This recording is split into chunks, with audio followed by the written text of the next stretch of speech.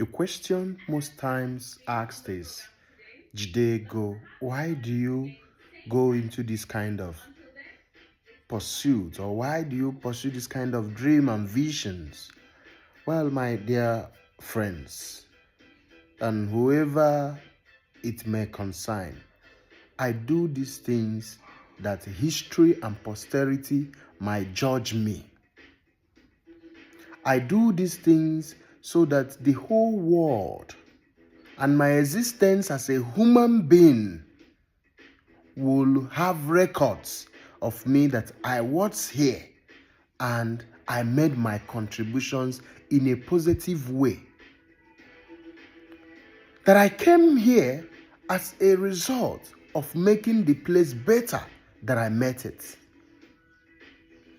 That I am an African born in Nigeria to make Nigeria better, even to compete with the rest of the world. At least while I was younger, I could see China being laughed at on their products, the way they communicate with the world in terms of products, goods, and services. But as of today, China has become the capital of the world in goods and services, in military might, name it, in infrastructure, business, AI, artificial intelligence, while Africans, those who had one of the greatest human resources on the planet Earth, are still backward, still competing and debating with men and women who are extremely greedy. And the funny thing is that nature is no longer telling the truth about these men and women. Oh. That is even the funny part of it. Nature is no longer telling the truth about them. They're almost gone. But they are making life more miserable. They are making life uninhabitable for those that will come in 100 years to come to Nigeria if we continue the way we are going. What can we account for that we are doing good on? Security, zero. Food, zero. Agriculture, zero. Lights, that one is Forgotten Stories of Africa. Water, zero. Schools, education. In fact, what we have is certificate institutions.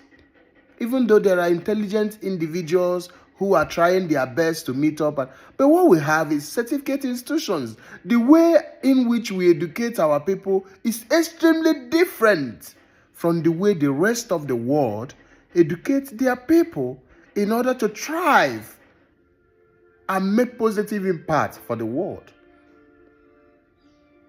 Our parents helped us to know at the early stage, you don't need to, don't worry, it's going to get better. God will take absolute control. Are you telling me God will take absolute control? That he's not going to send his angels to come and fight the battle I need to stand up and fight for? I will go to school, I don't get work at the end of the day.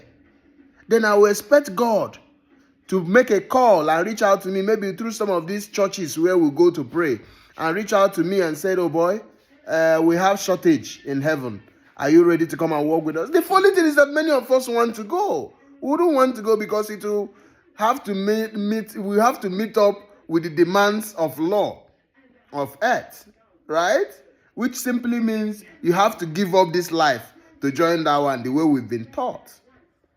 One of the things that made me to cry sometimes when I listen to these things, or when I see some of the things going on around my environment and all of that, is that one of my landlord, I once lived in his house before moving into mine, where when he returned from America for medical checkup, he called me, sat me down, he said, you're my good tenant and I love you, but I want to explain something to you.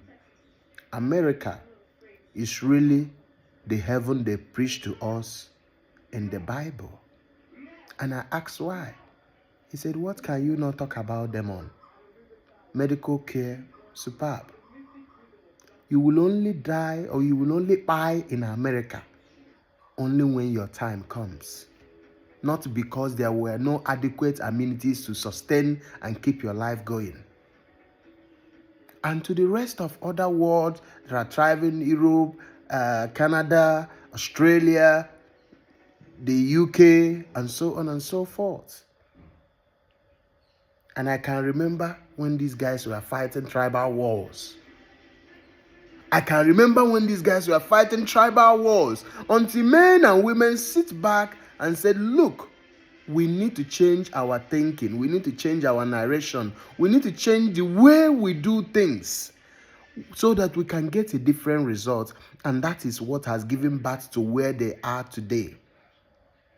I am encouraging myself, and I am encouraging you who are seeing me.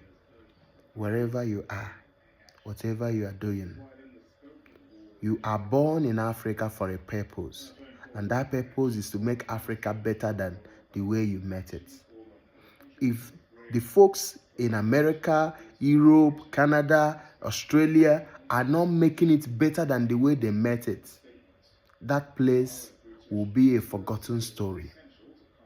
That I want you to have at the back of your mind today. And I want you to know that is why I do what I do.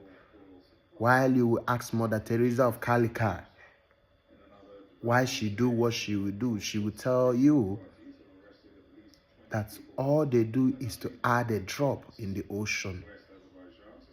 And if they don't add that drop, the ocean will be one drop less.